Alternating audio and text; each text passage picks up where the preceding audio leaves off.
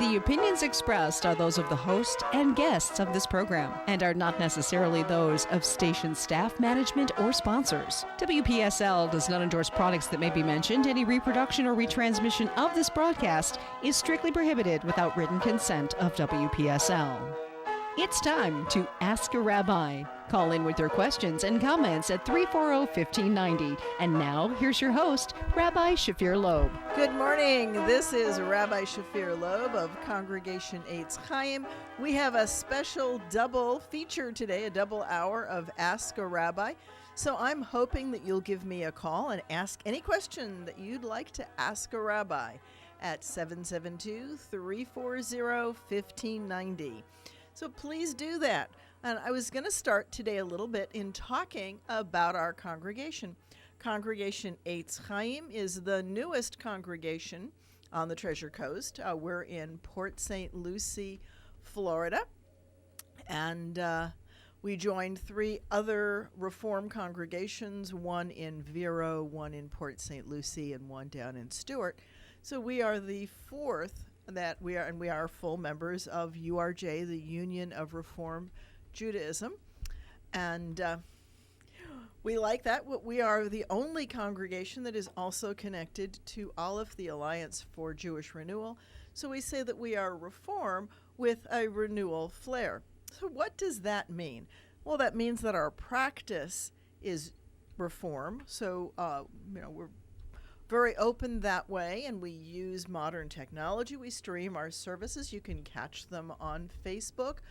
Just go to Congregation Eitz Chayim on Facebook, and I think it's Eitz Chayim PSL, and you can catch the live stream there on a Friday night and some Saturday mornings. It depends on what's going on, or any special services. And the renewal piece means that we have lots of music. We're very joyous. Some people call it non-Orthodox Hasidic, so it's very joyous, very and looks at a wide variety. But we also look at the tradition, and I think that's really important.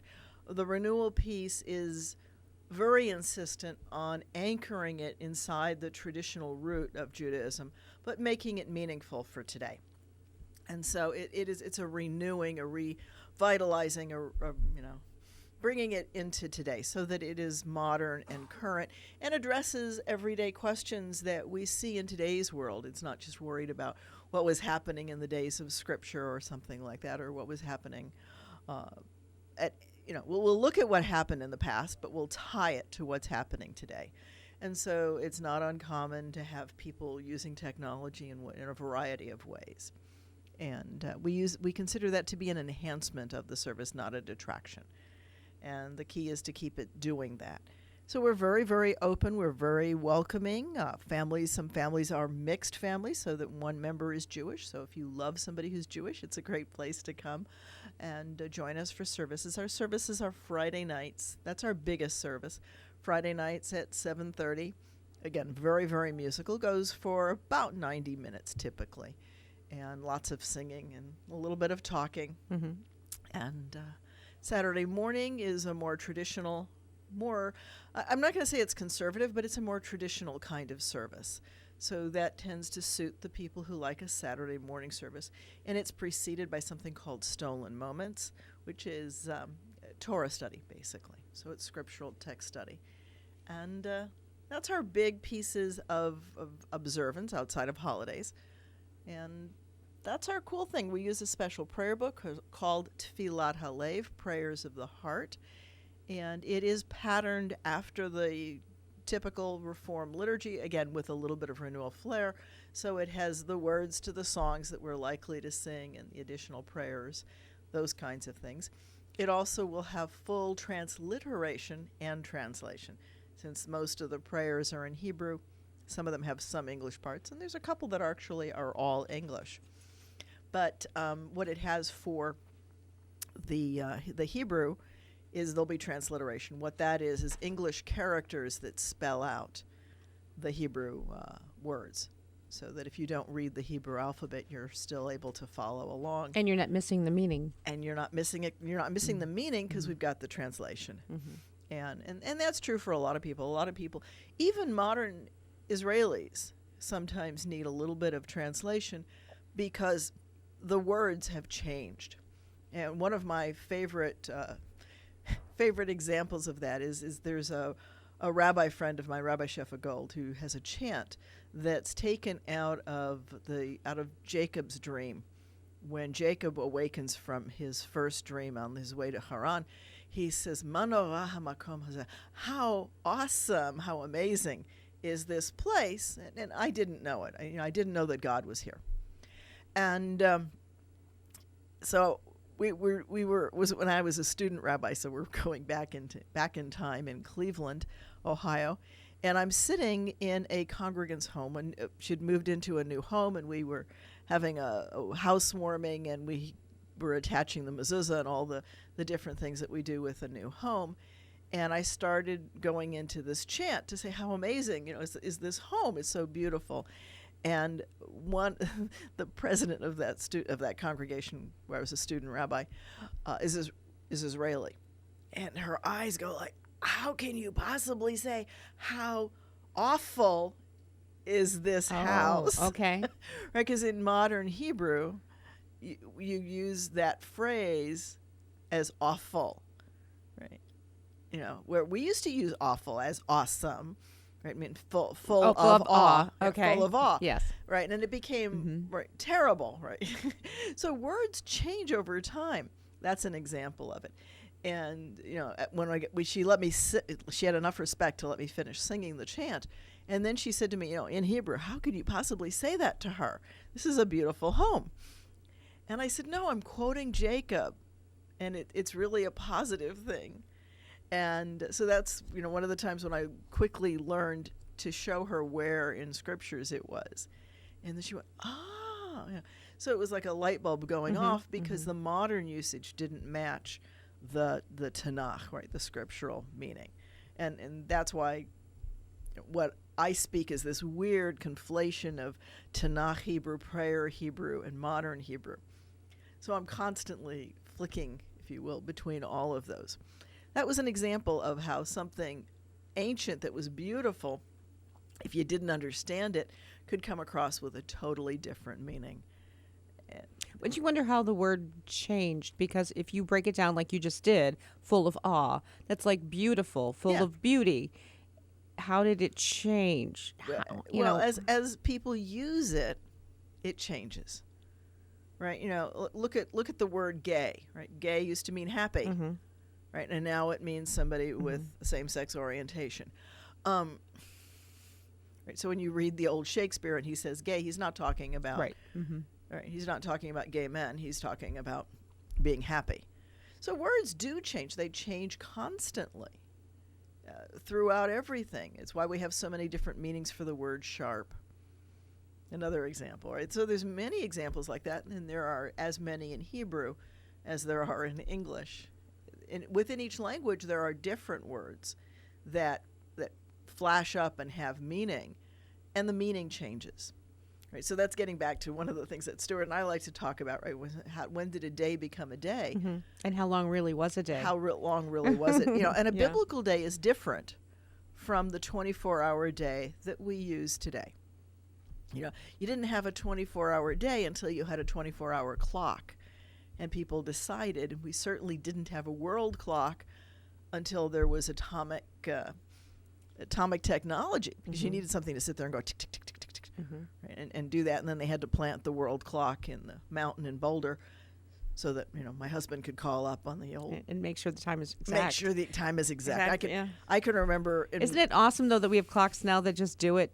Yes, it is. They catch the tone. Right. So, my cell phone, when I wake up, tells me what time it is. And it's always right. Well, most of the time. It was a little bit, with the shows that I missed earlier this year, we were on a cruise.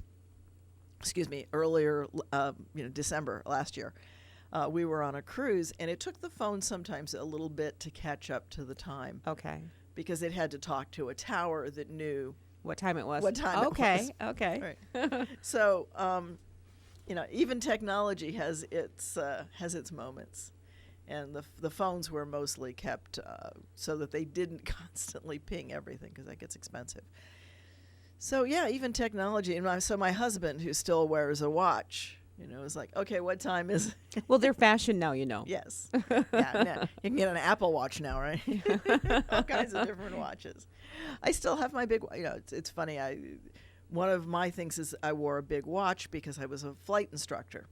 In flight instructors, you don't have time to look at a little tiny woman's watch that's, mostly pretty and not as effective at telling time. So I always had this big face clock on my hand, and it's probably one of the reasons why I put it down once the cell phone started being so accurate. So there's an example of things that change, right? Our grandparents didn't know from BYTE, bite. They knew from bite something. Right. So there are many different things that change, and the technology changes, the language around it changes, and each generation brings their own stuff. There's actually I think it really, the internet and the whole mega cell phone use has sparked its own language. It has. Absolutely. There's actually a Jewish concept around that called Dor Lador V'Dor Dor Shav. From generation to generation, each generation does its own thing. And, and it's true. And the point of that lesson, Dor V'Dor Dor Shav, is Dor Lador rather, is the idea that you can't just give the youth the good pieces. You end up giving them the whole world, right? They get the good, the bad, the ugly, and they get to make with it what they choose to make. So they make, their own universe, their own world. And somewhere along the line, I started noticing, each generation brings its own new musical style. Now, part of that, again, is also technology. Right? The Moog synthesizer was really hot when I was younger, and you don't hear anywhere near as much acoustic music anymore. Do people know how to play? I'm not entirely sure that people do know how to play acoustically anymore. Yeah, because I think they probably have an app for that. Yeah, they do. I have one on my phone. It's called GarageBand. I've got a couple of different ones. And the other thing about generations, it's like the next generation always wants to be different than the one before. They want to have their own identity, it's like they push for that. Well, that's part of growing up, is to figure out who and what you are, and what parts you're going to take and what parts you're not. And I think the challenge for youth in every generation is to not throw out the baby with the bathwater. Oh, now there's an interesting phrase. So there is another thing. It used to be that because water was not, you couldn't turn on a tap and just have a tub full of water. It was a lot of effort to fill a tub. And so you started out by washing the older kids, and you worked your way to the baby. And the idea was that by the time you got to the poor baby, the water was so dirty that you could throw the baby out with the bathwater. Right. So we've talked about some of those other things. Right? So there was the sleep tight, meant having the rope tight on the box spring. And, different things that we do change how and what we do. It used to be that you went to the pub, and the pub wasn't just a bar. It was a place where people sat and supped and ate and socialized. And you didn't have radio, you didn't have TV, so you didn't have jingles the way that we have them now. But what you had was that people would start songs that would go from pub to pub to pub that were, in fact, advertisements. And they entertained themselves. Right. Well, and they would sing them. Right? Somebody would carry the song. One of the ones that they do in Williamsburg is Nottingham Ale. It's an ad for an ale company, right? Nottingham Ale. And it's a jingle and it's a song, so people sing it, and that brings the ale to their minds. So music associated with advertising been around a long time. And so, yeah. And with that, technology changes, language changes, all different things affect how and what we do. And so let's take that and let's look at scriptures. And when we read the stories there, one of the questions we have to ask is, what was the technology that they were dealing with? And it does play into the stories. A big part of the David stories is the fact that the Philistines were in the Iron Age and the Israelites were not. And part of what happens as he becomes king is that he brings the iron implements from the Philistines into then modern Israel, right, and helps it modernize.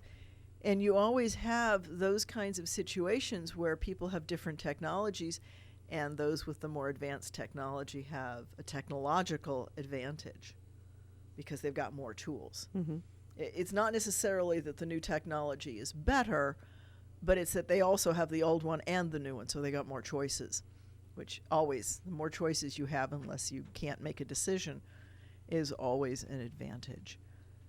So those are some of the things that go on. Yeah, it's an interesting world we live in. So I'm looking for somebody to ask me a question, because this is Ask a Rabbi. So please do give me a call at 772-340-1590. And let's remind the listeners that, of course, this is the hour for Ask a Lawyer. This is normally Ask a Lawyer, so I'm not talking about legal stuff. No, you're unless not it's running Jewish. late. I'm not. No, folks are not running late. We haven't started Ask a Rabbi. We have a special double session of Ask a Rabbi, and that's so. Yeah. One of those few times that we do that. We do that every once in a while. And I think somebody's got a question here. Hang on one second. Oh, it's just somebody saying hi. Sorry about that. Didn't mean to block the screen by putting my finger in front of the camera. So hopefully this angle that I've got on the streaming is a little bit better. It's nice because I can actually look at you and look at the streaming too. Which, but of course we've got the YouTube that'll be coming on later. And it's easier for you to see if someone pops on there for you. It does, except that part of the discussion's down. But never mind. There's always a challenge. Always a challenge. And that's part of fun. So, okay, nobody's calling in, folks. Normally, Stuart has like 1,500 people calling in. And, I feel a little lonely when I come on. Well, free legal advice is... There you go. Yeah. You get what you pay for here. I'm not a lawyer. If you want some Jewish law, we can talk. Okay. I can certainly give you some of that. Mm-hmm. And there is, of course, a body of Jewish law. Right, so lots of different rules and things like that. We've talked a little bit about the word that's usually called Jewish law. So there's two things that are usually called Jewish law. One is halacha, which is the traditions. Those are the things that govern how you use meat dishes and milk dishes and what you can and can't do on Shabbat and all different kinds of different things, whether or not the chicken's kosher. One of my favorite ones, right? And then there's Torah, which is also usually translated as law, because that comes from the idea that Moses was the lawgiver, or gave the Ten Commandments. And I always get a kick out of it because I can see that marquee outside the church that said, what are they, the 10 guidelines? And, to which I, of course, answer, yes, they are. Because, how are you going to take somebody to trial for coveting their neighbor?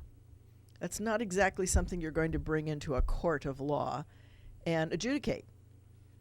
Right? But it is something that's going to mess up it's going to mess up a whole lot of people's lives if you are doing that.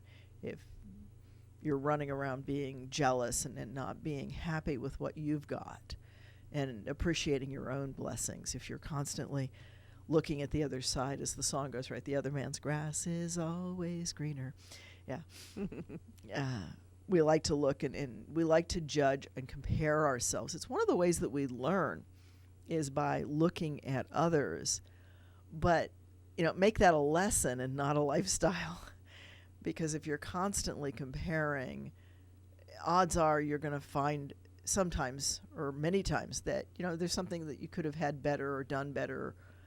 And although I did recently learn in a call out to Steve Gordon, whose father passed this past week, and one of the key phrases that he always used and taught his children is, somebody has it worse than me. So that's another way to look at it. Right? We all have amazing blessings in our life. And somebody always does have it better, and somebody always has it worse when you're looking at any one thing. So, I like to say that life is filled with practice and lessons and a few successes. So we can enjoy our successes, say thank you, and move on. And whatever else is there is either practice or a lesson. And that makes it a lot easier to look. So what's the lesson you can learn from anything that's going on?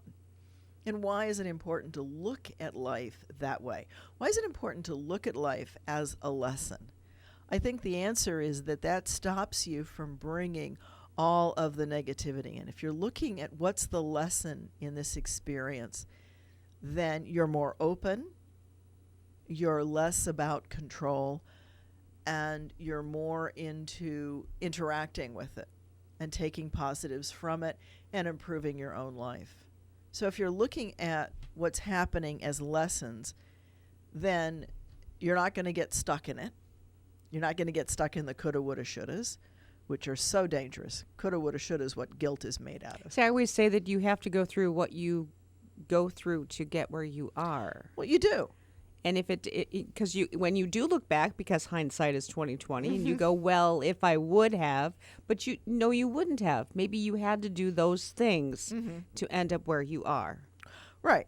I think there's some truth to that. You make the decisions you make. Right. Where we are today is a function of the decisions we made yesterday, 10 years ago. Right. I mean, I'm sitting here live on Ask a Rabbi on 1590 because I moved to Port St. Lucie, that I left Tucson and moved here. And, I did that because I had moved to Tucson 8 years earlier. But if you say to yourself, we should have moved here sooner. We wouldn't have. We wouldn't have, and it wouldn't have been the same situation. Right. Mm-hmm. And you always have to look at, where are things right now? What's the best I can do for myself and my family and everybody else right now? And, that really was a serious decision. A couple of different times I looked at leaving Port St. Lucie. And my husband and I made a conscious decision that this is where we're going to live. We're not spring chickens anymore. And I've got a number of different routes put down inside the Treasure Coast. And we've committed to making this the home that we want to live in. That's a conscious decision. For some people, it's not as easy. So Stuart is asking me, he's saying, hello from Ask a Rabbi, why do you have to go through the same things when you learned the lesson? Perhaps because you haven't learned all of it, Stuart. Sometimes you have to repeat the lesson until you get all of it down. There might be some nuances. Let me see if there's any more to his question because it's tucked down in there. It says see more. I'm not going to see more. So you're going to have to parse it, or you're going to have to call in, Stuart. 1590. Got it? 772-340-1590. We do go through things over and over and over again. And, that means you haven't really figured out the lesson. There's more to it. There's more that has to be done. And, sometimes you get tired of being hit by those divine 2x4s. I can remember one time before I started on rabbinical studies. I think it was before. It was before. I was standing in a parking lot. We were camped at a dog show of all crazy things. And so things were in a particularly rough spot. Things were not going well with a couple of ventures that we had. And I had to go buy a few things. So I'd left Bill with the dogs at the show, and I was in the parking lot doing the shopping. And I remember standing in the parking lot just screaming, dang it, God, this is not fair. Having one of those moments that everybody goes through.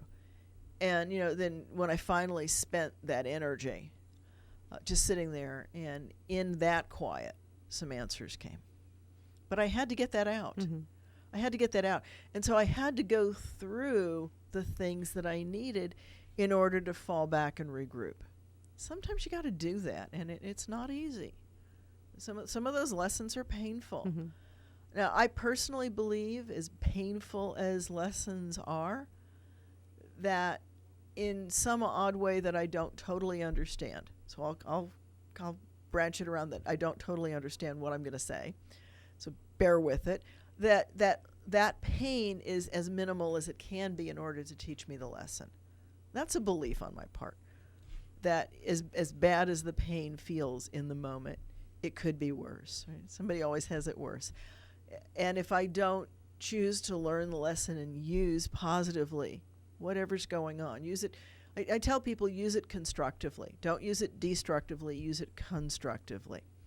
Because everything has within it pieces that you have to move through. And sometimes it does mean saying goodbye to somebody that you don't want to say goodbye to, because the lessons of the relationship are done. And they need to move on, and we need to move on.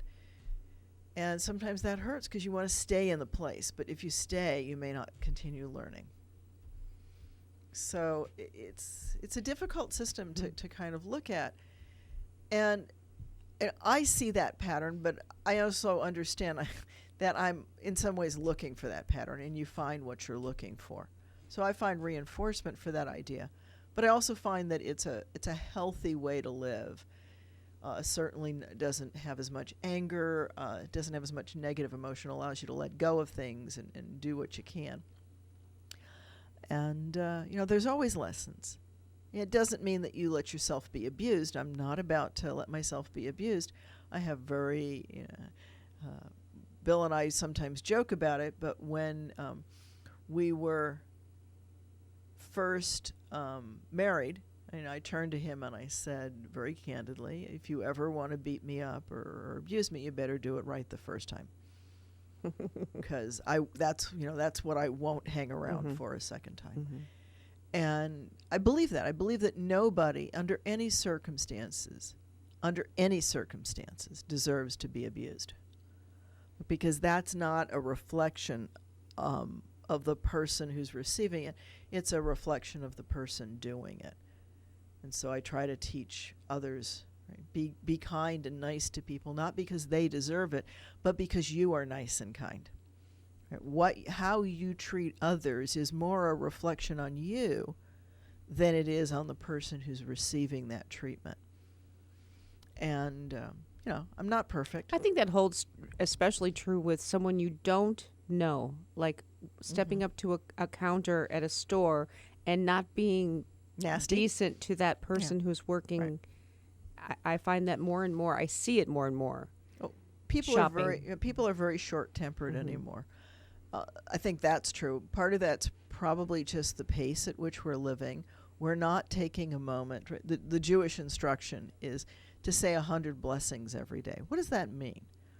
That means 100 thank yous to God. Thank you. Thank you for that gorgeous sunrise. Thank you for the breath of fresh air. Thank you, God, for the speed of the people who replaced our air conditioning. We were talking about that, right? So thank you for all the different things. Thank you for the beautiful flower. Thank you for the reminder that I need to get the weed out of the front in my yard. And to look at that as okay, I'm looking at that. That's a reminder that I still need to do that. Instead of, oh, dang. So we have a choice in how we look at things all the time. And how we choose to look at them, again, is a reflection on us. It's, the glass of water doesn't care. It's in our high holiday prayer book. The glass of water doesn't care if it's half empty or half full. It doesn't make any difference to the glass. It's just sitting there with water. Where it makes a difference is to us in how we interact with that glass of water. Are we going to look for what it has to offer? Are we going to look for what it's missing? So now I'll share another. I talked a little earlier about a chant from Rabbi Shafir Lobb. I'll pass on a teaching that she gave my class, my rabbinical class, and it was about her mother. Her mother used to collect all kinds of different elephants.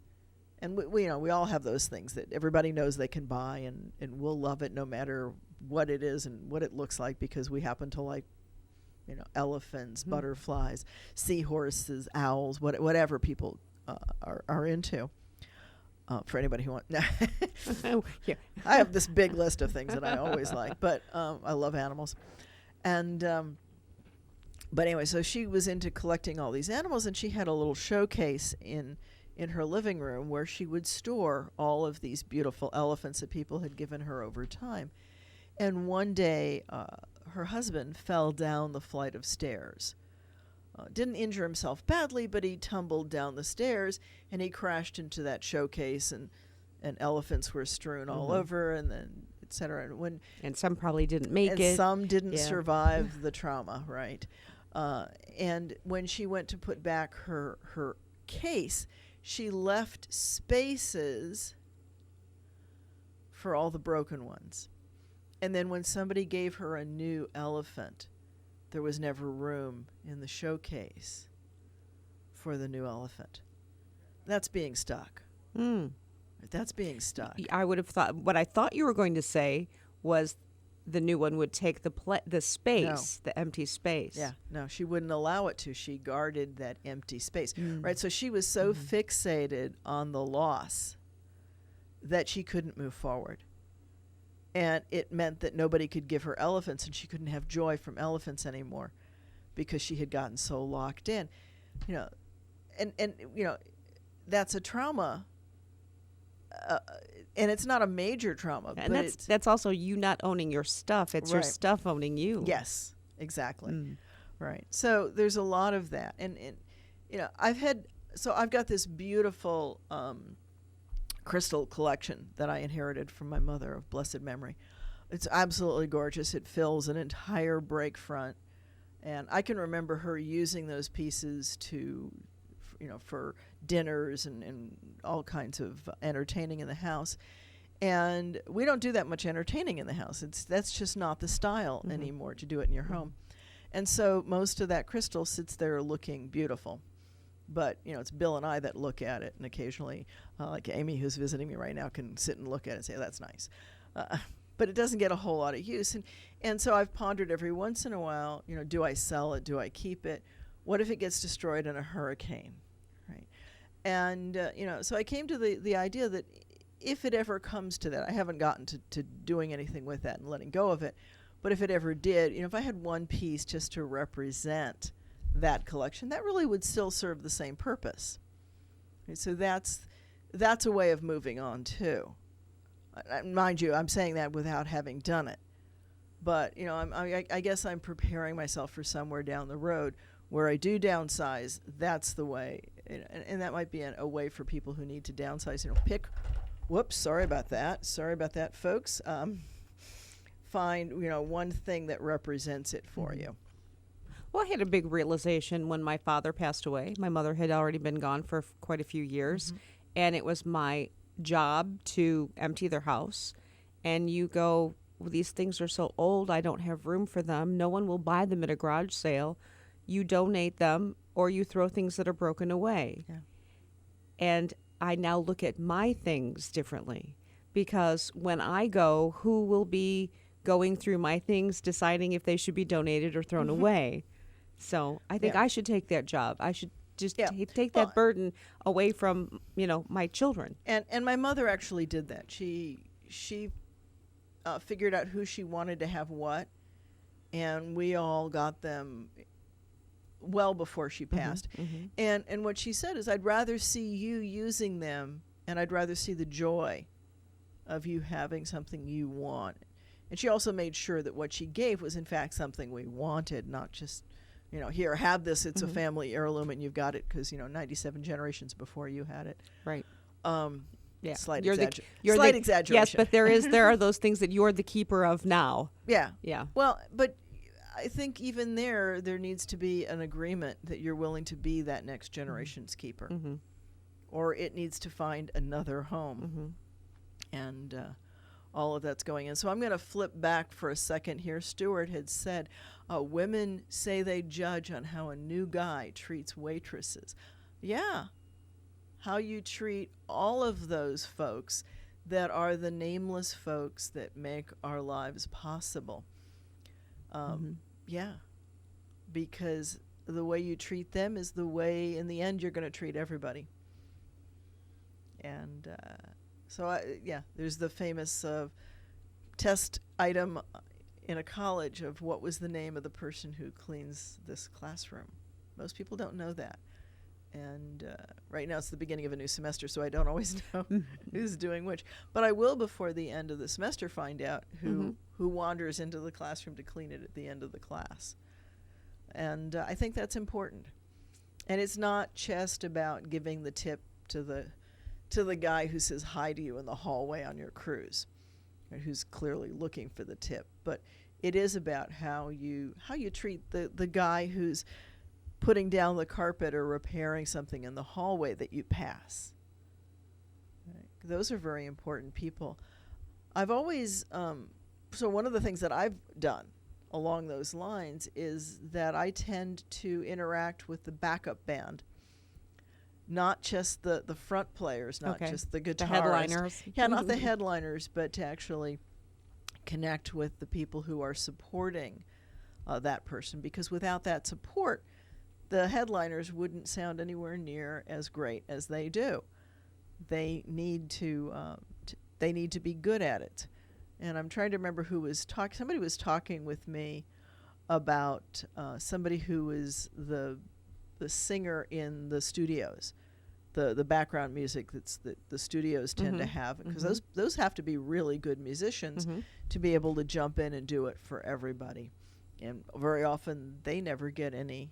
Right. They never get. They're anything. on albums, but not recognized. Right. For it. Yeah. They're there, and if they're lucky, they get a little tagline, and so that brings up something important in leadership.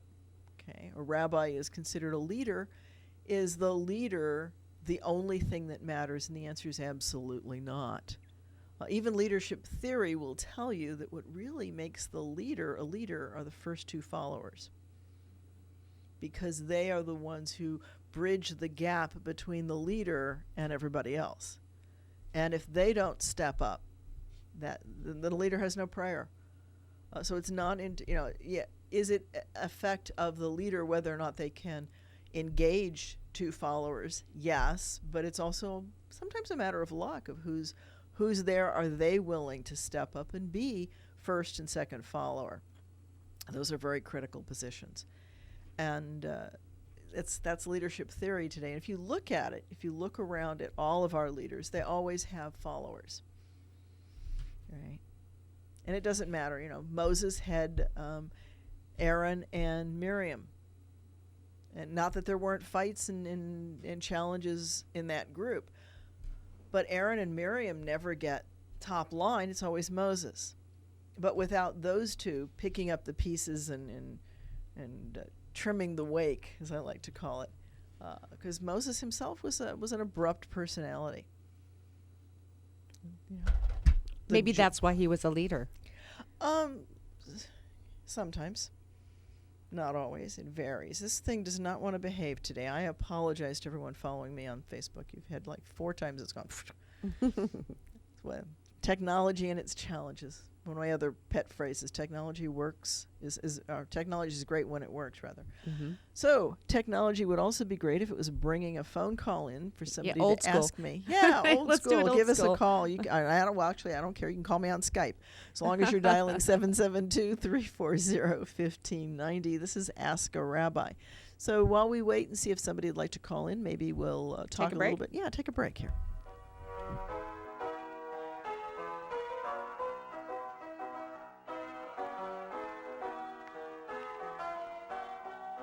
Do you have issues on the job with wages or overtime, family and medical leave, disability issues, discrimination, or sexual harassment? Do you have a landlord and tenant problem or have a contract dispute? Have you been defamed or have your civil rights been violated? Hello, I'm attorney Stuart M. Address, and for more than 30 years I've been fighting for the rights of everyday people. I believe in aggressive advocacy combined with personalized attention. That means being available to my clients. It means answering emails, sometimes at 3 in the morning, and checking my messages over the weekend. It means caring about you. If you want to speak with a lawyer who will not be intimidated and who will actually care about you, call my office, Stuart M. Address, PA, at 772-781-8003, or send us a message through our website at www.stuartaddresslaw.com. We will respond to your calls and messages because we care. Our office is in Stuart, Florida. Congregation Eitz Chayim, your welcoming, inclusive, spiritual, and joyful Jewish home in Port St. Lucie. We welcome you to renew your inner Jew and join us. We are Reform Jewish with a renewal flair. We are multi-generational. We are welcoming to all. Come join us for a Friday night at 7:30 p.m. for our Kabbalat Shabbat services, or Stolen Moments on Saturday morning, where we discuss the Parsha of the week at 9:30 a.m. Shabbat morning services follow Stolen Moments, usually at around 10:30 a.m. Our address is 540 Northwest University, across from Met Stadium, and we are in Suite 102. Again, that's 540 Northwest University, Suite 102. Please join us for Friday nights at 7:30 p.m. or Shabbat morning starting at 9:30 a.m. for Stolen Moments. Congregation Eitz Chayim. And you're listening to a special edition of Ask a Rabbi in place of Ask a Lawyer today. Back to your host, Rabbi Shafir Lobb. And here I am. Good morning. Continuing on with Ask a Rabbi. You are absolutely welcome to give me a call at 772-340-1590. And so we've been talking about a number of different things. Somebody asked me, what's the topic today? I guess I just have wandered a little bit. I started out by talking about our congregation, so maybe I'll go back there at this point. We do have an upcoming festival, which is Tu B'Shvat, which is the 15th of the month of Shvat. Most Jewish holidays start around the 15th of the month. I can't imagine that would be, intentional just because it happens to be a full moon in the lunar cycle, which is exactly what it is. Yeah. Obviously, before you have electricity, it's easier to do a festival where people are going to be out late at night if there's a full moon to help make the day a little bright or the night a little brighter. And you don't have to burn as many candles that way to get some light, which is a serious concern. We tend not to think about that because you flick a switch and it's light, and we can light up the night very effectively. And even so, with some price, right? Telescopes, right? We've got something called light pollution that has made visual telescopes basically inoperative in the whole country. Tucson itself, where I used to live there, had something called dark sky, which they considered a resource, which was limiting. They did something a little bit interesting. All of their lights are aimed down, which does two things. One, it keeps the sky a little bit darker for the observatories in the area, because a lot of them are in the desert. It's easier to see. And it also puts more of the light down where you want it, so you can actually have a less powerful light and get more light out of it. So it's a win-win, and they wouldn't have done it without that. On the other hand, we've got something kind of interesting, which is that because of hurricanes, we can lower, right? Our lights are designed to come down. So that's a way of technology being affected by the local area. So let's go back to Congregation Eitz Chayim, which is, as I mentioned earlier, the newest of the congregations in the area. We are a member of URJ, the Union of Reform Judaism, and we are also affiliated with Aleph, the Alliance for Jewish Renewal. So it's two different things, one of which is a lot of music, a lot of joy, and of course there's the beautiful structure and all of the resources available through the URJ. And I think that's the best of both worlds, but I'm a little biased. What can I say? It allows us to have some nice flexibility, some nice structure to hook into national things. We're connected with not only other congregations, but other small congregations, because we're a little bit on the small side. And we still have a lot more than what we would have if we were trying to operate on our own. We have Friday night services. We've got kids. This is one of the things I love, is teaching our kids for their bar and bat mitzvah, their b'nai mitzvah. And in our congregation, the youth really do participate in the service. The ones coming up and training who are getting ready are actively learning. They're learning by being up with me. They're usually right next to me on the bima. And very often the people, they are people. The ones who had a bar or bat mitzvah in the past have a chance to come up and still participate in the service. There are parts that they lead, a prayer here and there. It's not the whole service, but they're still involved. And I think that's really important for the other folks in the congregation to see that our youth are active, they stay engaged. I think that's really important. I think part of why that happens is the way that we bring children up into their bar and bat mitzvah celebrations is to actually teach them what they're doing and why they're doing it. So it's not just a little rote, today I'm a fountain pen kind of thing, but they actually own the service. And the proof of that came through while I was on the cruise. It was the youth that led the service. And they did, and I could see it on streaming. I could see how and what they were doing. I did that also when I went to the Rabbis Conference. I actually came off the plane and my phone said, Eitz Chayim is going live. So I could tap in and watch it. So I sat there in the airport waiting for my ride to the conference. So we can watch streaming just about anywhere. And that was thanks to the time zone difference. I was sitting in the airport waiting because for me in Boulder, it was, early afternoon and it was evening here already. So that's another part of the fun of it. We've got some members that are out west that actually say they stream and watch our service and then go to their local services. Sure. All right, so they get a double of what they want. And it does stay it stays on the Facebook long after the service is done, so you can go back and watch the service and participate in it. Obviously not participate live, but you can still sing along with it. And you can certainly contact me if you have any questions or comments about a sermon or a comment that I made. I'm always open to that. Isn't it amazing, though, to be like worldwide? Yes. If you think about that. It is, because we've got actually people who watch us in Europe. We've got people in South America that are regulars, right? They'll say hi. And we are much more connected today than we ever were.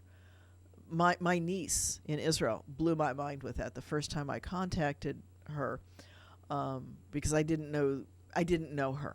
It's a long story about how I met her and her family. And it was Facebook. Tagged her on Facebook and said, "Hi, I'm who I am," and blah blah blah. And she called me back on Facebook, right? And she's on a bus in Israel talking on the phone with me. I'm like, okay, that's cool. That's really cool. And that's technology. So that's the difference. And as I mentioned earlier, a big part of our congregation is using that level of technology. So we're very conscious that we've got people tuning in South America, Central America, Israel sometimes, and Europe, Canada. We've got people, or even if if one of your members is ill and they're at home. Oh yeah. If they've got the flu or a toothache, they can still watch on streaming, and we have that all the time. There's one of my streaming watchers over there. She's normally in Ohio, and so she's watching from up there.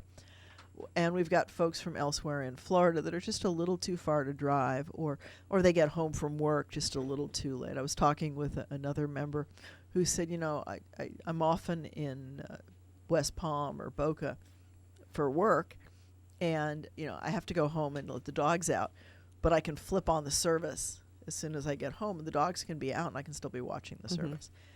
So it provides a connection that we wouldn't otherwise have.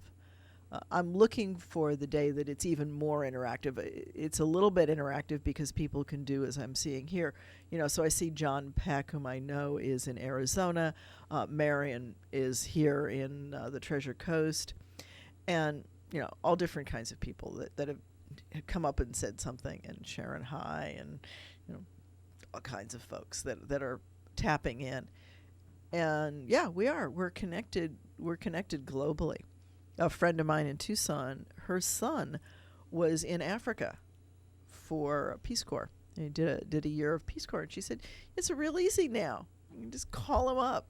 She would talk to him, by phone live. The only thing you have to do is be a little bit aware of the different time zones. Yeah. That's the only piece. So, and I teach students in China. That's one of the things that I do that. It's a lot of fun. I love doing it because I'm working with little kids. I'm teaching them English as a second language because I'm totally insane and certifiable. But I saw that. Okay. But it also helps me to see them learn, because what I see is something that transcends culture, right? You know, because they are coming out of a slightly different culture with different things, and yet a smile means the same thing, right? Yeah.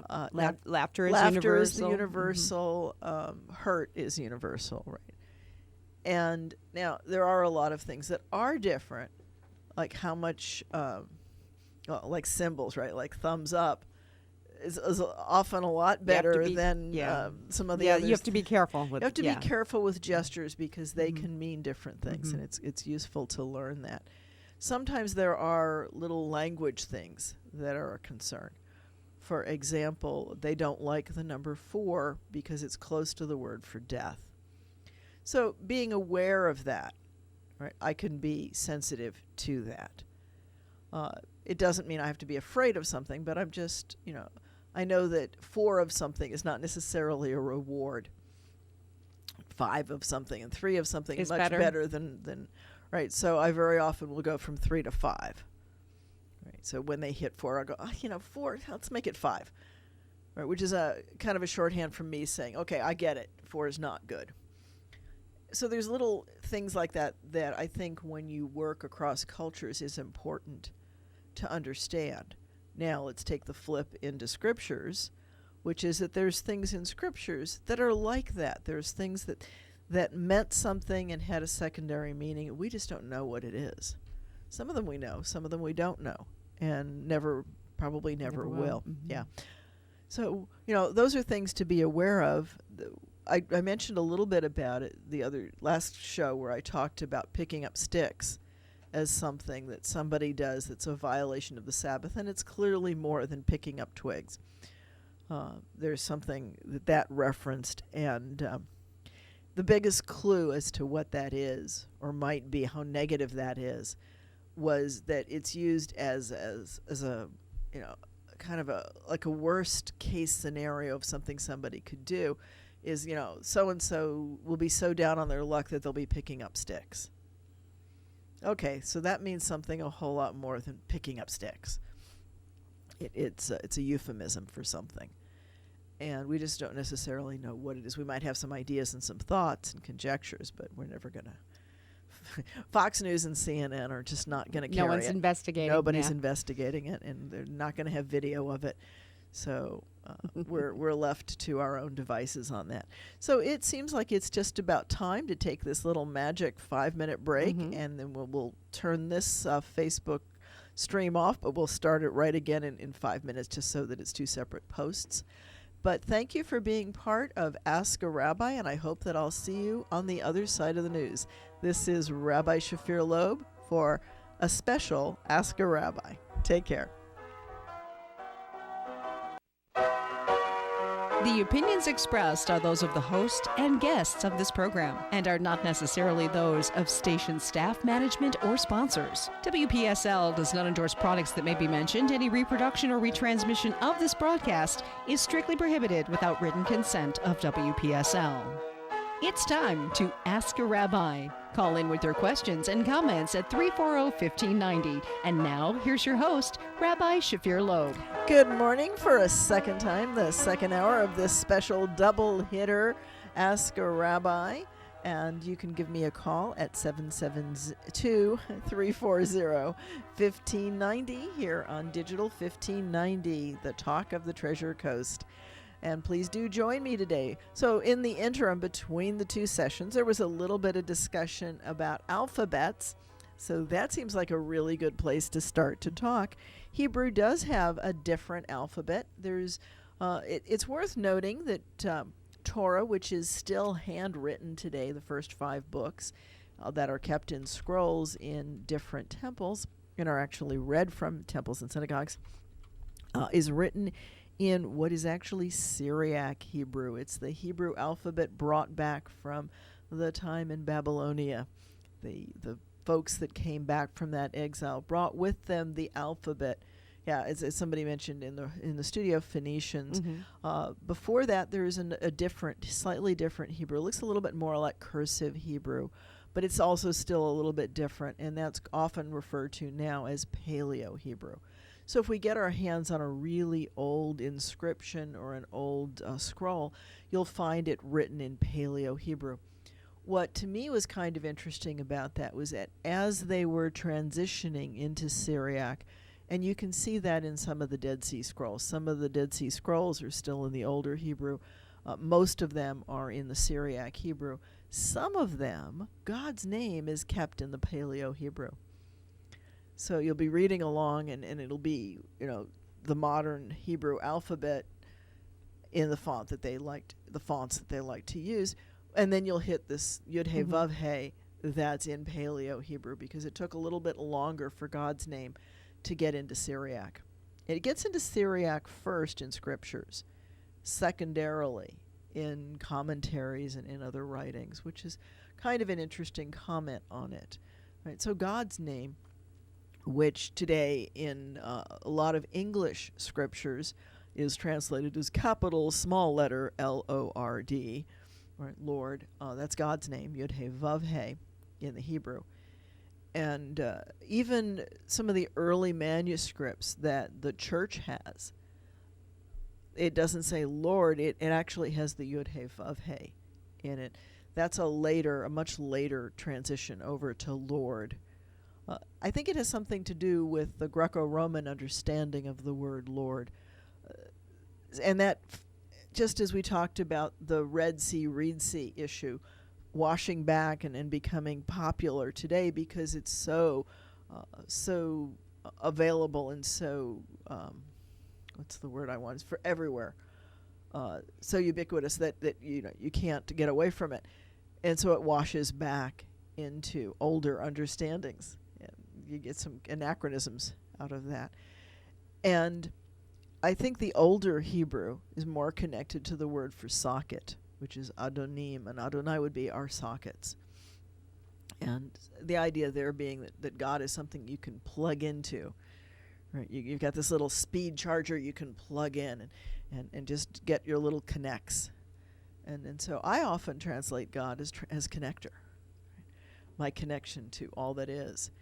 And that seems to be an interesting way to work on it. The words that we choose to use to describe God certainly have something to do with our understanding. If we use Almighty, El Shaddai is Almighty, or El of the God of the thunderstorms and the mountains, or there's eternal. Yud He Vav He can also be translated as eternal because it's the verb is, was, will be, all folded in on itself.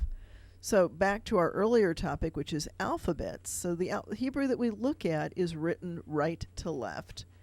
And somebody quipped it's backwards, and I quipped back, no, it's written correctly. It's English that's backward. And, if you look at Chinese, which is an entirely different system because they use characters, which is a kind of a pictogram that Chinese students have to memorize. And it does make teaching English interesting because they often look at the English word and try to memorize it rather than read it.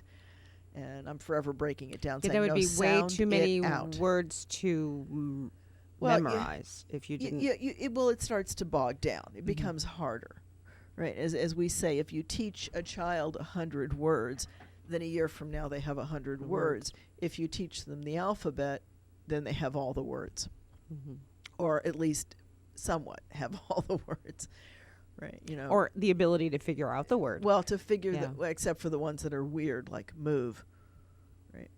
Move should be either mauve or spelled differently.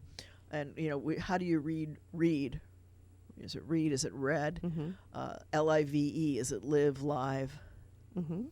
Right. So English is not necessarily the most consistent. Or the words we have extra letters in that we don't say. Knee. Or Wednesday.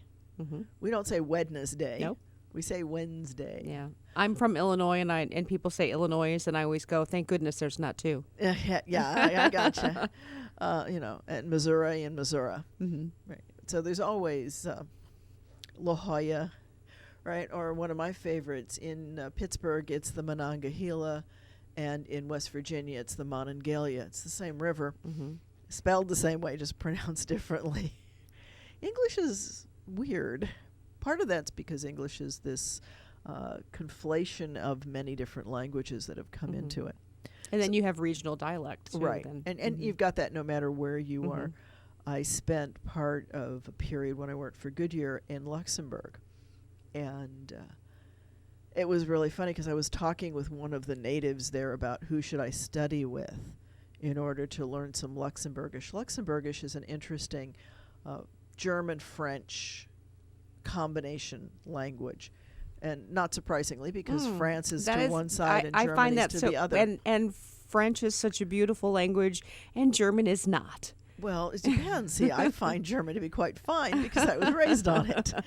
It depends on the German, too. There's many different Germans. And Luxembourgish is a set of dialects, as I discovered in talking with my friend. Because I said to him, well, how about if I study with, Joe? Forget the name of the person. He says, oh, no, he's from Vianden. You don't want to learn your Luxembourgish from him. And I'm like, Vianden's 20 minutes away. But it's a totally different dialect, Dialects especially, and again, technology, mountains. People 20 minutes away didn't talk to the folks in Luxembourg City that often. So they had their colloquial, what was viewed as colloquial or lower Luxembourgish. And one of the memories of my mother, a blessed memory, is that she always wanted us to speak a certain German.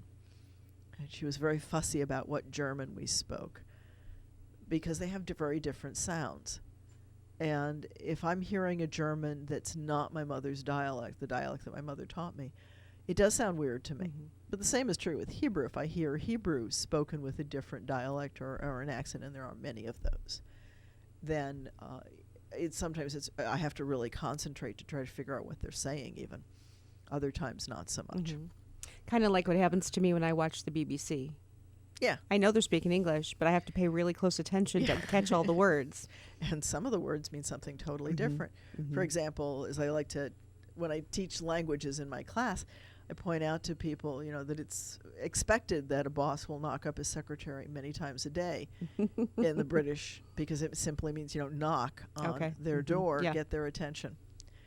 So it doesn't mean what we mean by it. And that's the kind of thing we started last hour with talking a little bit about languages and how language changes. So one of the other ways that language changes is by local. Okay, so going back to alphabet where we had started, the Chinese go down, right? Japanese go down. Sometimes they go right to left, sometimes they go left to right. They've actually got a direction indicator.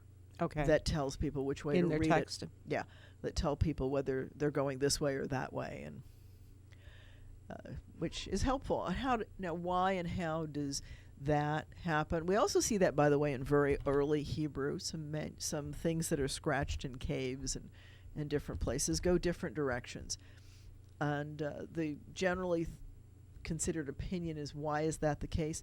Because of the left-handedness or right-handedness of the scribe. Because you tend to go one way or the other depending on what's going to make your hand dirty. Right? And if you're going down the columns, then they have plenty of time to dry. So and you would never smear what you're writing. You don't smear what you're writing, and you don't get it on your hands and your clothing. So there's a practical aspect to why does Hebrew go from right to left. And that was actually one of the funnier parts growing up, because I was raised trilingual. So I spoke English, Hebrew, and German. And I always had to think about which way does the language I'm talking or trying to write go. And some of my earlier pieces of paper, I've got Hebrew going the wrong way and English going the wrong way, because I did have trouble parsing that in my little kid brain. And I picked up things from my mother's dialect and accent in English. I was raised in a house with two very heavy accents, Hungarian on the part of my father and German on the part of my mother. in some ways, it's surprising that my English is so, quote, standard Midwestern. Or at least that's what the Chinese told me. That my voice is, my dialect is standard Midwestern, probably from all the years that I spent in Ohio. But it's amazing. Yeah, well, that, okay. Yeah, that would have that an influence on it. Yeah. You know, but I picked up little weird vestiges along the way. Like I say diamond in the California way of saying it. What I don't have is a lot of the New York accent of where I was born. My parents having had the wisdom to move me out. I did move out early. I didn't start school in New York, and I think that has a lot to do with accent. But the other side of all of that is that I'm not bothered by people's accents for the most part. I can cut through them, and I didn't even realize how heavy my mother's German accent was until she called into a show not unlike Ask a Rabbi, where you could call in at 772-340-1590 and ask me a question. She called into a show like this, and I was listening in my bedroom. And she was in the other room talking, and you have to shut the door because there's always this little lag, and there's always been this little lag between the phone call in and the broadcast. And there was this little lag. And I listened to it on the radio, and I was like, is that my mother? I knew it was, but boy, she sounds just like my aunt. My aunt's got this horrible accent. Because I had gotten so accustomed to it, I just totally did not hear it. And even after that, I still couldn't hear it most of the time. My mind just, this is your mother talking, you understand her, and it doesn't really matter. And I really didn't hear her accent. Or I heard some of it. Like we used to tease her and say, Von Woman will live on Hollywood and wine. Hollywood and wine, because she overcompensated for V's and made them W sounds. So we used to tease her about that, about Hollywood and wine. So how does that affect all of this? Well, alphabets. Alphabets are a really cool piece of technology. It's, I think, a whole lot. Right, the other group that does pictograms are Egyptian is written. Hieroglyphics are pictures and characters, and you have to know what they mean. That's very often the case. Now, when the ancients wrote the books of scripture down, they didn't put vowels in there.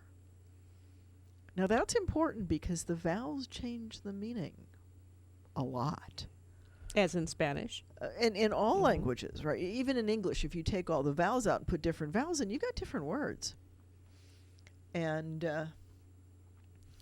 right, so, part of the standard line is that the scribes did that for job security to make it harder for people to read and write. And, the good news is they were successful, and the bad news is they were successful. But it also takes a lot of time to write that. So if you know the context, then you can figure it out. And that's what makes going between languages so important. So if I could instill anything in people who have children, it's teach them to be bilingual, because they will be more open to looking at things and understanding that there is not just one understanding of something. Because when you try to translate, if I try to say the same thing in Hebrew as I do in English, or in German as I do in English, I have to say it slightly differently, because I have to somehow incorporate the context in the translation. So Jim is asking, is it true that languages that do not have written vowels are written right to left?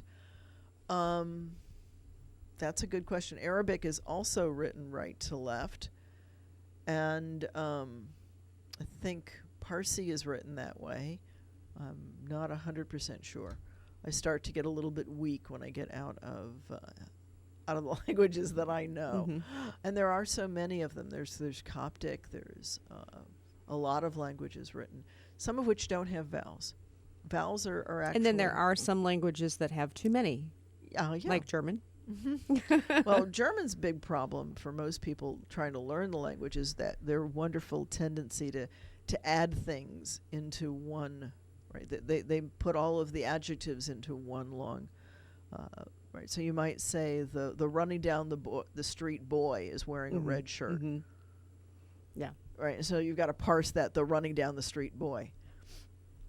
And sentence structure is different between languages. And so English is really this weird combination of Italian, German, Norse, a whole lot of different languages that have come in. For example, umbrella is an Italian word. Right? We would use a sunshade. That would be the older English word. Should be a sunshade or a rain shade. Okay. Yeah. There's actually a group that tries to use the Germanic root in English. English and German are not as far apart as we think they are.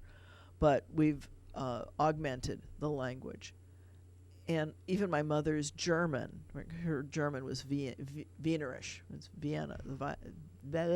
Easy for me to say. It was the Viennese dialect. And so it had some interesting French words brought into it. Vis-a-vis is one of the things that I can think of that came in Luxembourgish. Here's another cute one. If you're on one part of the country, it's merci, which is directly from the French. Other parts of Luxembourg, it's Vanish Gelef, which is, if you please, s'il vous plaît, but in German-ish. German-ish, yeah. It's got a German sound to it with a little bit of the dialect. So, and that's how languages also change. People move and take some of their language with them. And, you know, you get new things. My mother never taught me a color television because we really didn't need it. And she didn't know the word because when she emigrated to the U.S., there were not color televisions. Mm-hmm. And yet when I was in Germany, I had done my stint in Luxembourg, and we had a little bit of time at the end of it, and my husband came over. We spent a few days in Europe. And we had gone into Germany. We went to Germany. We went to France. We went to Belgium, because it's kind of it's obvious. all right there. Yeah, it's too. all right there. Yeah. Yeah, Luxembourg is like throw a stone and you're there. And right, so we're driving into Germany, and I look up and there's a billboard and it says Farb Fernseher. I'm like, okay, color TV. You know, I could totally understood. I would never have come up with the word on my own, but I completely understood the ad and everything it was saying, because the building of the way that words are built in German made complete sense, and drove him absolutely insane with following street signs and directions and things like that, because I could see things that I couldn't necessarily verbalize quickly back in English. Mm-hmm. And so it was like, you know, turn left here, you know, because that sign says that you need, you know. And he's like, you're going to drive me totally crazy. But, you know, it's a regular routine. It's a short trip. I've driven him so many times. So language does change. Alphabets are fascinating. Hebrew is the way that it is because it was written with a quill on parchment. And so you have these beautiful strokes that could be written. Older Hebrew, more lines like you could carve onto stone or into metal because of what they would have used. So, you know, we don't often think of it. Paper is one of the gifts of the Chinese, right? They did a lot of paper manufacturing. And, you know, the word Bible really just means book. It comes from the town of Byblos. And if you're going to call something the product from Byblos, what's it going to be? It's going to be Sacred Story. Right. So it actually means book, and you can think about that when you go into Spanish or into even Russian.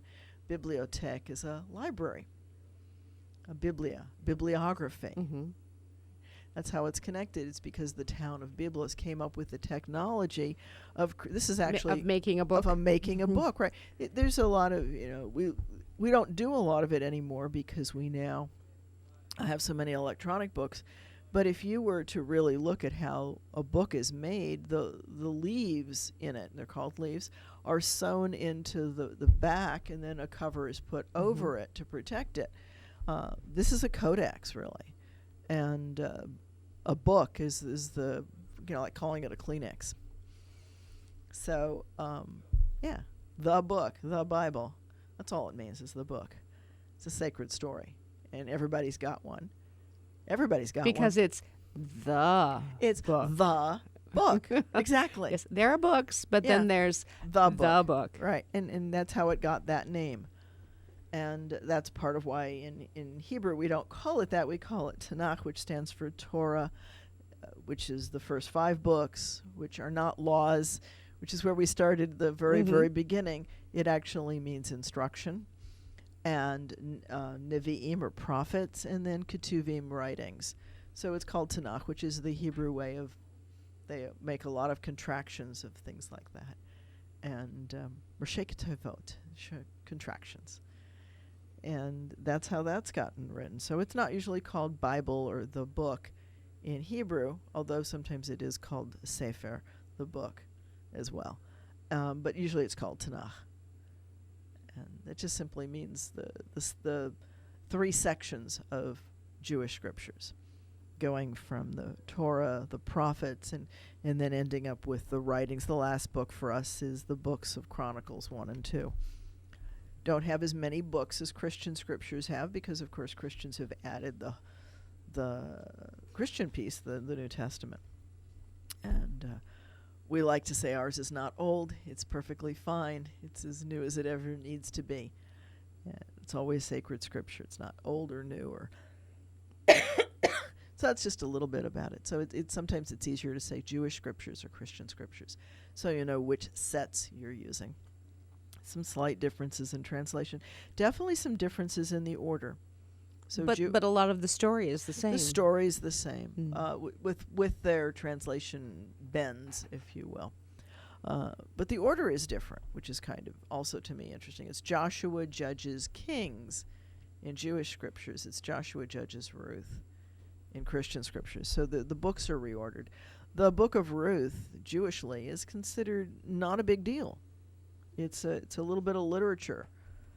And it's a big claim to fame, as it explains why David looks like an foreigner. Right. We are just a few seconds before the Florida State News. Did you want to take a break for that, or no, but do you want to just go through? Let's just do a regular break, not the news break, but just a real quick break. Okay, on the this is congregation. There we go. That one. Yeah. Okay.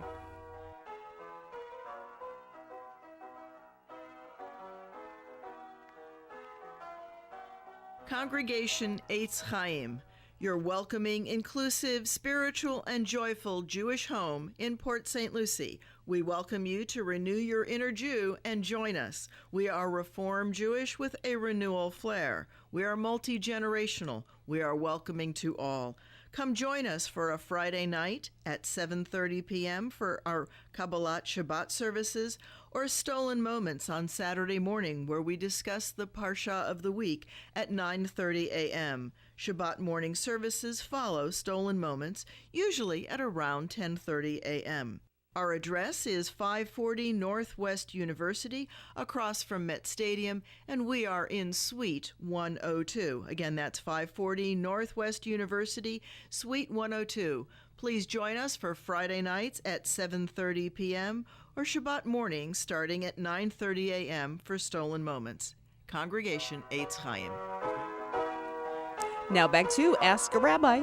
And this is Rabbi Shafir Lobb of Congregation Eitz Chayim, your Reform congregation with a renewal flair in Port St. Lucie.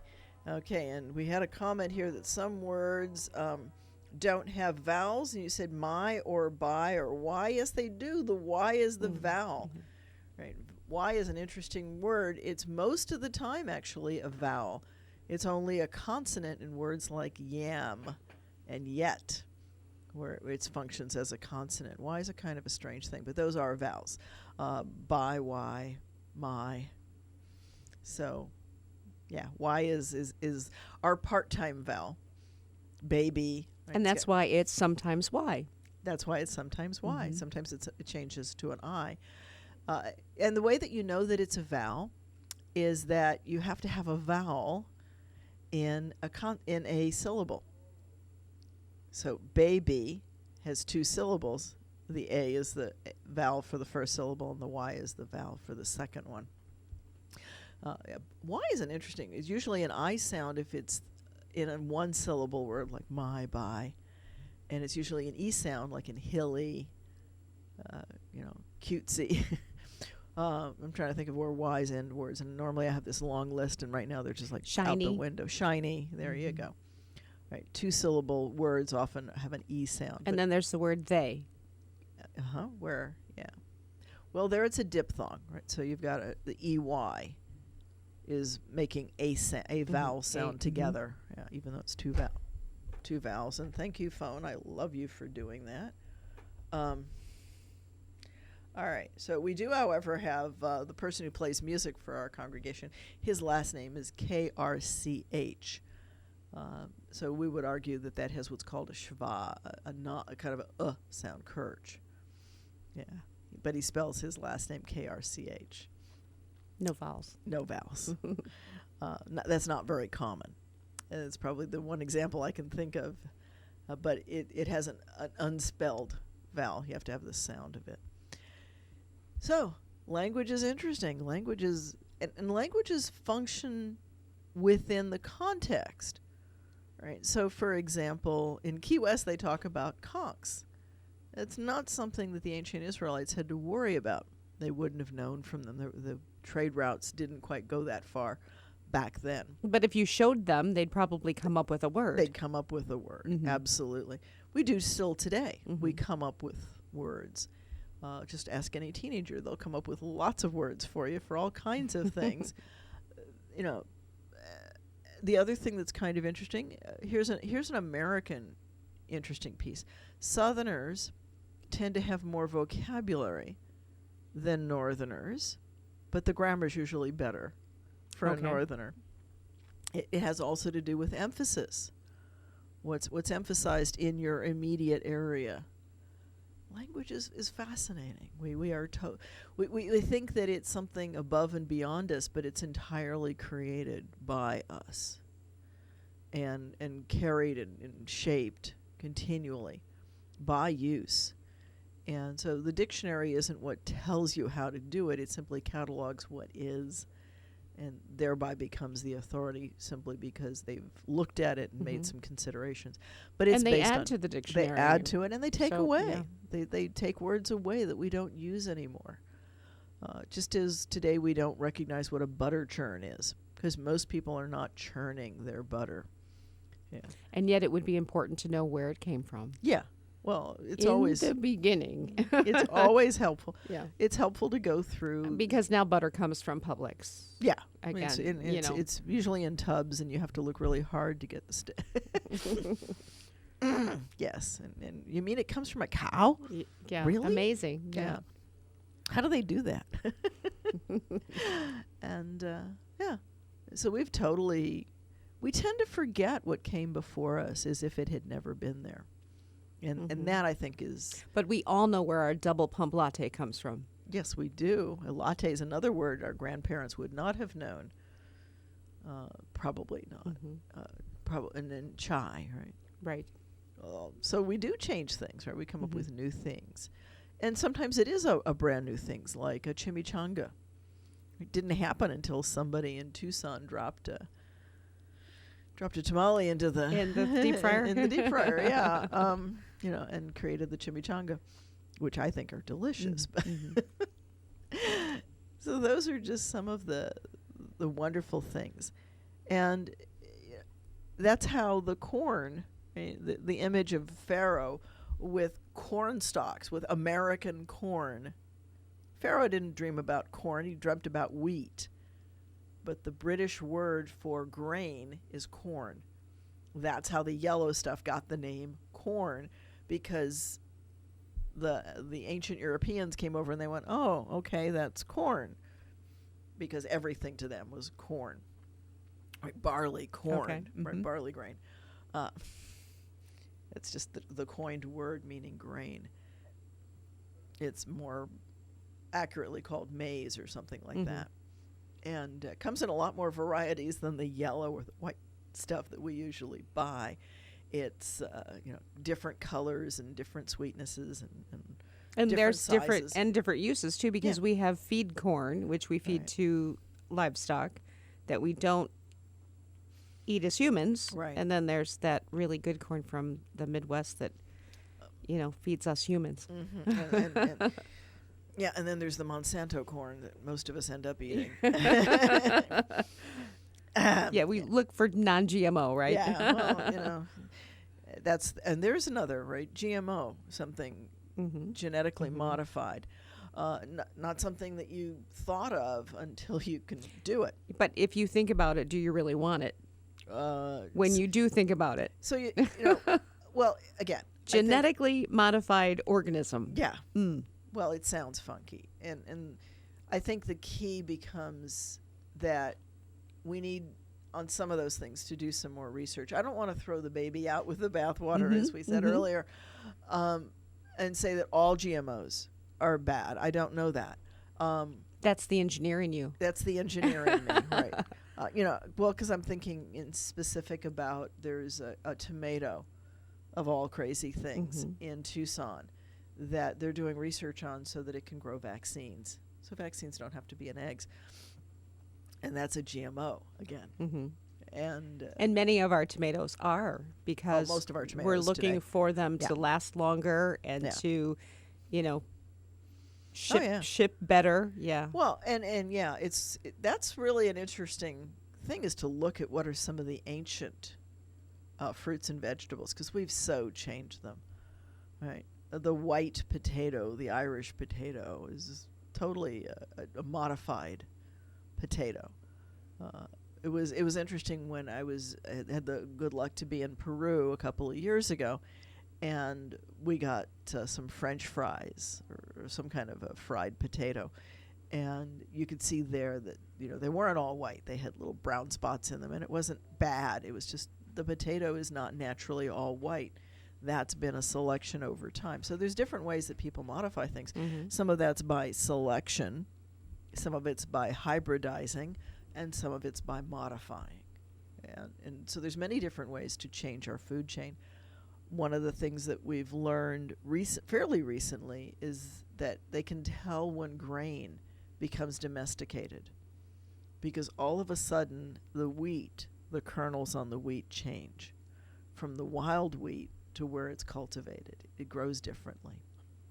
And probably also because they were starting to select and maybe hybridize some of the wheat. And so the wheat changes. And you can tell as archaeologists go down through layers, there's a layer where people were hunter-gatherers of the wild grain. Then they build silos to guard their grain, and then they start farming it. Because, now that we're anchored guarding our grain, now we have to grow it so we can have enough of it. And it's worth noting that hunter-gatherers were 1 inch to 2 inches taller than farmers and lived longer.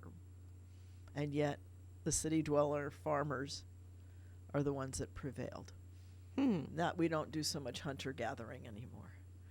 And now with the availability and the marketing of food and the transportation, we hopefully live longer and hopefully have not totally mangled ourselves with the things that we do to and from ourselves. But we're definitely changing the carbon footprint, if you will, of what we're doing on the planet. And these are not small items. Again, I lived in Tucson. Tucson not nearly as much as Phoenix, but Phoenix had an interesting problem, if you will, that a lot of people moved there because they had allergies, and so they brought the plants that they loved where they used to live with them. And gee, imagine that there's no allergy problems. Or let's put in a lawn, we'll water it. We'll put in a lawn and water it and drain the Colorado. Yeah, and fortunately now we're learning some things and undoing some of that. We're also de-asphalting some towns, and one of the exciting things that I've seen recently has been what they call city jungles, where they're using plants to help revitalize and get rid of some of the pollution, because plants naturally do that. And so we see that on things like apartment houses. There are what are called apartment jungles, which have trees on all the different layers, and it makes a big difference. They're putting plants inside inner city parts to clean up the air, and it's working. It's really helping. The University of Arizona did some wonderful research discovering that it's a lot more environmentally friendly to have a garden on your roof. It's easier to air condition the building, and it changes the overall temperature in the area because you've got a plant growing and using the heat and the water and the available resources compared to just the old asphalt roof. So yeah, we learn things and we forget other things and we relearn. And that's part of the joy of it. So I'm still looking for somebody to call in and talk to me at 772-340-1590. If you've got a question that you'd like to ask a rabbi, please feel free to call me. And we'll be glad to try to answer your questions. I won't promise that I've always got an answer. Somebody here asks a question on Facebook. At what point did the written language come into the Hebrews? How far back? That's a really good question. So we have some pieces that we know are older in the text. And, for example, the Song of the Sea, where the Michamocha, which is the melody that we open and close the show with, comes out of the Song of the Sea, which we're about to read in Shabbat morning. It's the song that is sung just as we cross over and get to the other side on the dry land. And it has in it the line, Michamocha, who is like you, God. That is believed to have originally been written on a stele, which would have been a round, not necessarily metal, but probably stone, and carried with, which would have had the poem, the story. And the reason that it's written so unusually in Torah is probably that they unwrapped, if you will, that stele and tried to create the look of it in Torah. So there's some ancient parts. Some of the poems and the pieces like that are much older. So it comes in over time. It certainly was not there in the days of Abraham, because when Abraham buys the cave in Machpelah from the Hittite, that's done in the city gate, which is a court. So it's a public deed transfer before writing. And then we get by the end of, by Deuteronomy, we have the instruction, you shall write it upon the doorposts of your house. So we've shifted from a mostly non-literary to a written language by that time. And so things are starting to be written down. So, somewhere, call it 3,000, 4,000 years ago, somewhere in there, alphabets are starting and people are starting to write. We've got early alphabets of cuneiform and things like that.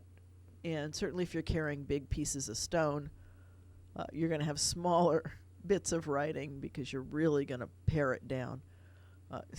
The idea of carrying a parchment scroll through the desert's intimidating enough. Trying to carry a stone obelisk or something, not nearly so easy, but that's part of why they probably set them down.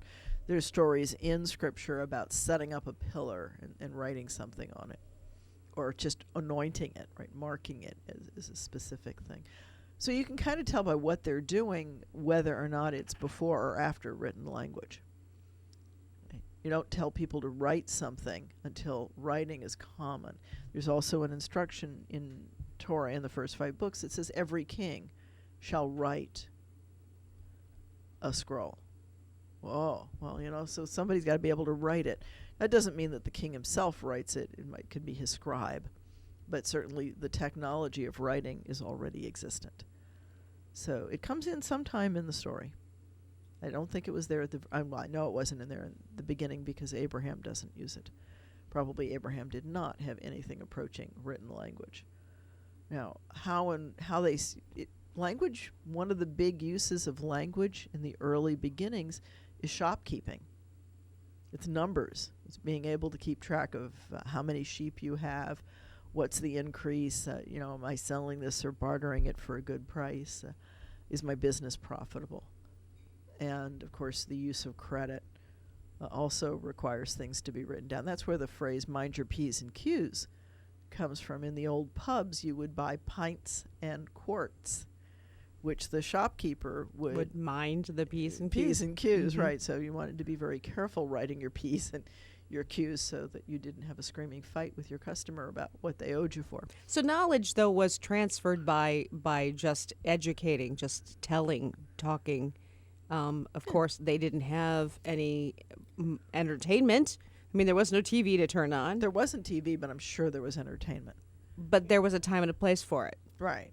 And I'm sure that the knowledge was important to share. Mm-hmm. Yeah. Well, and certainly, that's part of the point of sacred story is passing on the tradition, and it's done inside dramatic story so that it's easier to remember, it's easier to pass on. And so somebody's writing about the 10 instructions were written.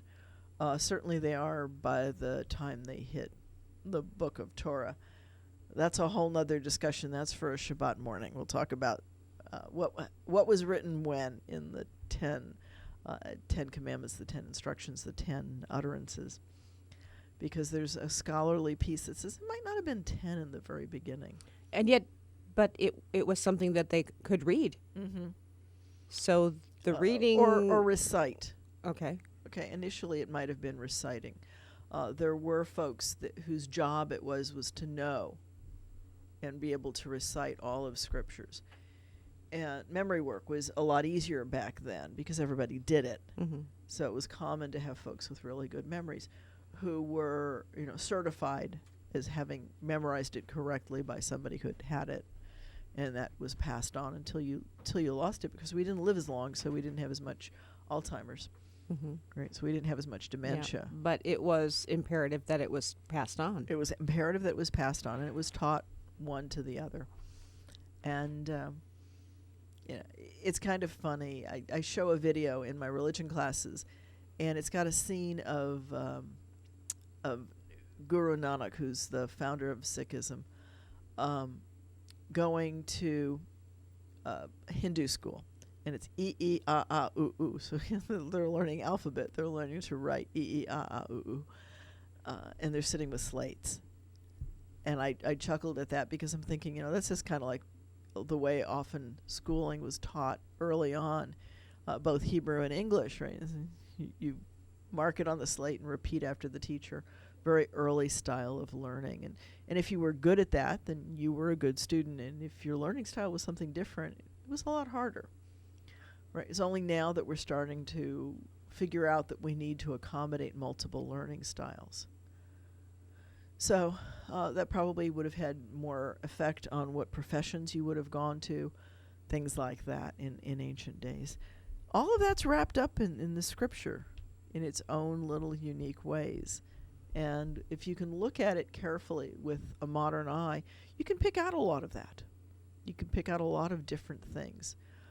Was just teaching in a psychology class, in a development class, about how mothers of multiple children know that the kids are not the same. They're not the same from the moment that the egg and the sperm find each other. There's differences already. Mm-hmm. And Scriptures talks about that. Right? Because when Rebecca is carrying Esau and Jacob, she complains about how different they are, how different they are in the womb, and they're different when they're born. And they fight from then on because they are very different styles. Well, a mother could be ill with one child and not with another. Oh, yeah. It doesn't even take that, though, right? And the difference in the child changes how the mother interacts with them. Right? We like to think that what does it mean to treat all of your children equivalently? It's not equal. No, because you don't do the same thing. It wouldn't be fair. You can't. You can't. It wouldn't be fair to the child to do everything exactly equal, quote unquote, because the needs of each child are different. I like to point out to people, if you've got a sibling, you each are in different families, because the center of each family is the child, and the system around that child is different. So when your sibling says, I had different parents than you did, or I didn't experience that, that's the truth. It's because the relationship is different. Right. Yeah, because it's a system, and it really is different for everybody. And you have that relationship with each parent, and you have a relationship with your sibling. Right. Absolutely. And that can be completely different. Oh, absolutely. Totally different. And that's kind of an aha, because people think that, kids, we used to actually teach that kids were tabula rasa, were a blank slate, and they came out of the womb with nothing, and we taught them everything. We know that's not true. And they knew it back then. I don't know where the scientists got this crazy idea. It's not a blank slate. Different kids have different wiring, different ways that they interact with the world from the get-go. It doesn't mean that any of them are better or worse. They're just different. It's diversity. And we maximize everything when we look at the individual, figure out what's going to work with them, and go from there, right? So that we can maximize for everybody, and hopefully thereby build the best society that we all can have, is by recognizing the diversity and that different people bring different things to the table. And so that works out well, I think, if we can do that. And that brings up what's the difference between equality and equity, right? So it does not help. The famous picture is the tall, the medium, and the short person looking at a fence, and only the tall person can see over. So then you give everybody a box. Well, then two of them can see, but the short person still can't. But it's too tall, really, for the tall person. And so eventually you figure out that what gets everybody to be able to see is to give no box to the tall person, one to the medium person, and two to the short person, and then everybody can see over. And that's kind of a symbol, if you will, of giving people the tools that they need to get the job done. Everybody doesn't need the same thing. If the task was to clear off the top shelf in my kitchen, then I need a big, huge stepladder, and my husband can reach in and do it. Conversely, if it's to get to the bottom, it's a lot easier for me to do that, and he's got to really scrunch down his body to get down there. I'm a little closer to the ground, we joke about. And part of that's also looking at what are people's strengths compared to what are the tasks, and not looking at the bottom shelf as something inferior just because it's lower. It's just different. It may be more convenient. For some people. Absolutely. When I was first married, my husband's 6'3", and I'm 5 foot, used to be something. And so there's like a foot between us in height. And when we were first married, we accused each other of hiding things, because you always put stuff at eye level. Well, between 6'3" and 5'2", there's a huge there's a shelf difference. So he was putting stuff in clear sight where I never looked. Conversely, I was putting stuff in clear sight that he never looked at. And so, you're hiding things. Yeah, you're hiding things in plain sight. And sometimes that works out well, because if we look into a closet, then, you get the top shelves and I've got the lower couple of shelves, and that works out well, and I'm happy and you're happy. And, it also, it's interesting, because that was another case of my learning that it's not right or wrong, it's just different. His plain sight was not my plain sight. And so his perception of the world is very different. 6'3", not as much today as it was when he was younger, but when we were first married, man, he was head and shoulders above most people. He's still tall. And I got a little glimpse of that. We're tall in our family too, and often, like, if we go to Disney World or something and you're standing in a large crowd, you're like, we're among the tallest people here. Yeah. I wouldn't be. Now, when I did experience that, and it was an aha moment, was in Japan, right? Because especially the older Japanese are shorter. And you were with someone 6'3"? No, I was traveling alone, but I had to, quote unquote, go out and come back through for a really weird reason. But in any event, when I was out where it was mostly Japanese and mostly older Japanese, I was like, this is what Bill experiences in a crowd. I'm like looking at everybody's head. This is really weird, because 5'3", doesn't happen very often. I'm usually looking at everybody's chest. Now, our Thursday show is Dr. Scheib. Yeah. He's a acupuncture and doctor of Oriental medicine. Ah. He goes to China. Okay. He's 6'6". Oh wow. So Very tall. Yeah. And so they think he's funny. because he's so tall. Yeah. Yeah. The other thing, because their hair is so dark, they're very attracted to blonde hair, which obviously I don't have. I have mostly brown hair, but more gray than I'd care to invite, but slowly changing or rapidly changing. I'm not sure which, but in any event, yeah. So we tend to look at things from our perspective, and we also look at things as if what we perceive is the only truth. And I think that, being married to somebody very tall has helped me recognize, in how many different ways that isn't true. The different languages that I spoke helped me. So I tend to be very open to multiple views on things and not as anchored in.